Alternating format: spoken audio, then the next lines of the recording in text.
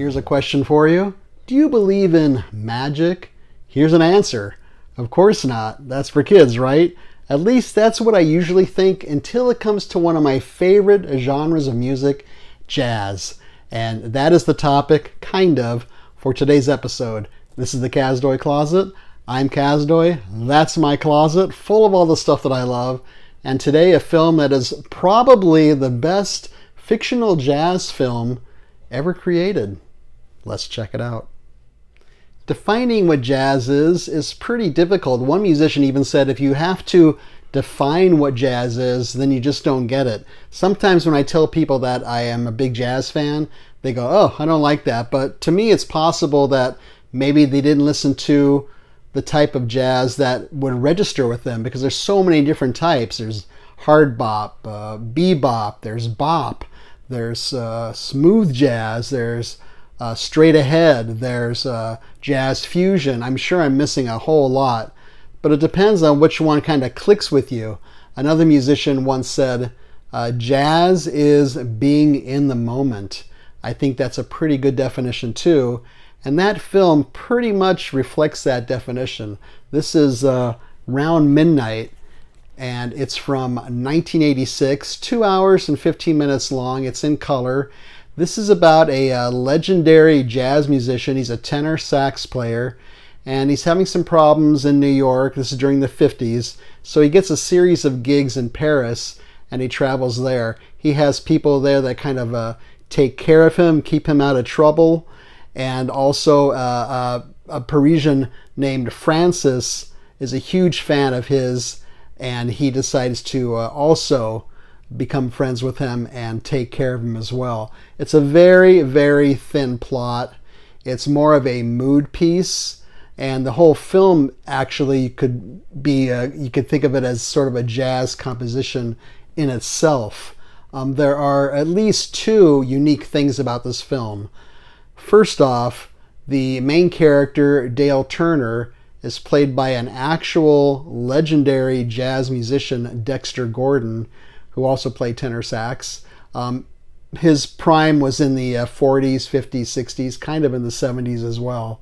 And his character in here is like almost like jazz in human form. The words he uses, the way he walks. He's 6'5". The way he talks, the way he moves his hands, everything about him is like he's on another plane in a certain way, from another planet or something. He's just a unique artistic individual. A lot of people thought that he was just playing himself, but from what I've learned watching some of the extras on here that I'll talk about later, he was not playing himself. He was nominated for Best Actor for this role. Another unique thing about this film is, well, the film is about, I'd say 70% at least of performances, him and different jazz musicians. And the other musicians playing with him are all incredible musicians, virtuosos. Most, if not all of them, are still alive, and all of them I'm familiar with, and they're all top of their field. We're talking about Herbie Hancock, Bobby Hutcherson. Both those guys actually have small acting roles in the film too. Cedar Walton, Tony Williams, Wayne Shorter, John McLaughlin, all these guys are just, Ron Carter, classic, legendary jazz masters. And the live performances, yeah, they were filmed live for this film. And apparently that's a difficult thing to do for a film because of all the noises and all the complications of making a film. They filmed it all live. It was not added later, and mostly nightclub settings. Round Midnight was directed by a Frenchman, Bertrand Tavernier. You can tell from the very beginning, just the credits at the beginning, this guy's obviously a jazz fan, and he is going to treat the music with respect and the love that it deserves. It's a beautifully shot film in New York and Paris, and some of the street scenes in Paris were actually constructed on a set, so it gives it kind of a fantasy, dreamlike feeling to the film. I think jazz biopics in general, but particularly jazz biopics, are really difficult to pull off successfully. One reason is they get actors who really can't play, And the great thing about this is you got Dexter Gordon, who can actually playing the main character. Now, he was pretty much past his prime when he made this film, and he pretty much knew that too. But Dexter Gordon very smartly said, well, the character is past his prime as well. So I think the best way to experience jazz on film is probably documentaries. And there's quite a few that I like. One is A Straight No Chaser. That's a documentary about Thelonious Monk, one of my favorite composers and jazz musicians. Round Midnight is the name of one of his most famous compositions. The documentary Let's Get Lost is about the great trumpet player / singer Chet Baker. I always thought Leonardo DiCaprio would be perfect to play Chet Baker because they look kind of similar. But I don't know if DiCaprio can play trumpet or sing. My hunch is that he can't. Another good documentary is one called I Called Him Morgan, which is about the trumpet player Lee Morgan. And then finally, not too long ago, Miles Davis' Birth of the Cool, the documentary that came out. That's very good as well. Now, at the beginning, I said, this music to me is like magic, and it's also like mystery because I don't know anything technically about this music, but to me it's just something about it is just so mysterious and so incredible how these guys can communicate. They're communicating ideas constantly. There's one line in this film where Dexter Gordon's character's very troubled, and somebody says, when you explore every night, meaning when he's playing, you're not only exploring the beauty of life but the sad things in life as well. And you can feel it. If these guys, when they're at the top of their field, you can feel their emotion and their ideas just pouring out. Somebody said jazz is like spontaneous composition. I think that's a really interesting way to look at it if you can get into it. And in the documentary I mentioned, I Called Him Morgan, Lee Morgan, when he's playing in these nightclubs, playing his trumpet, this one guy calls out, "Tell your story. Tell your story." And I think that's very cool because he's telling his story, how he sees things through his trumpet playing, and how these guys control their breath and all that. I'm sure there's technical reasons for that. When they're playing these wind instruments, I don't know how they do it. Some of them even smoke too, so I don't get that at all. And any of these guys, I don't know how they do it. To me, it's just magic and it's just mysterious, and I just love it. It's just outpouring of ideas constantly. If you're not sure if this film is for you because of the high content of jazz in this film, I would suggest if you have a music streaming service, listen to the soundtrack. It's there. And if you like that, then you'll probably like the film.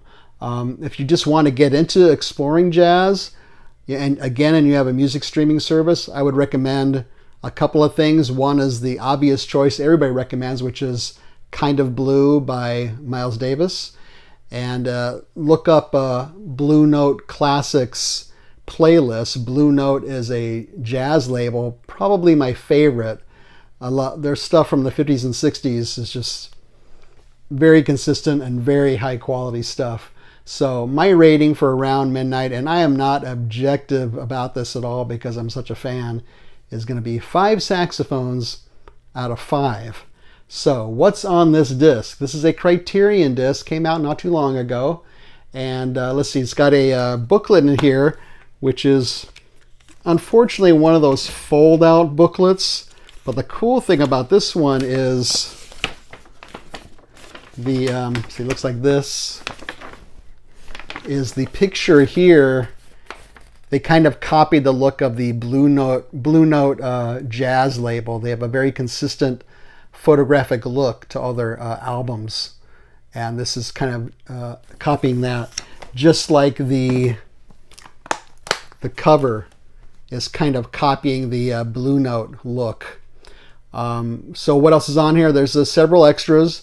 There is they range from about 25 minutes to about an hour. There's a 25-minute section of a pretty famous, very famous actually, jazz critic talking about the film. There's a discussion between a renowned jazz music producer talking to Dexter Gordon's wife. And there is about an hour's worth of footage from behind the scenes There is about a 10-minute performance from, I believe, 1969, Dexter Gordon performing a composition with his quartet.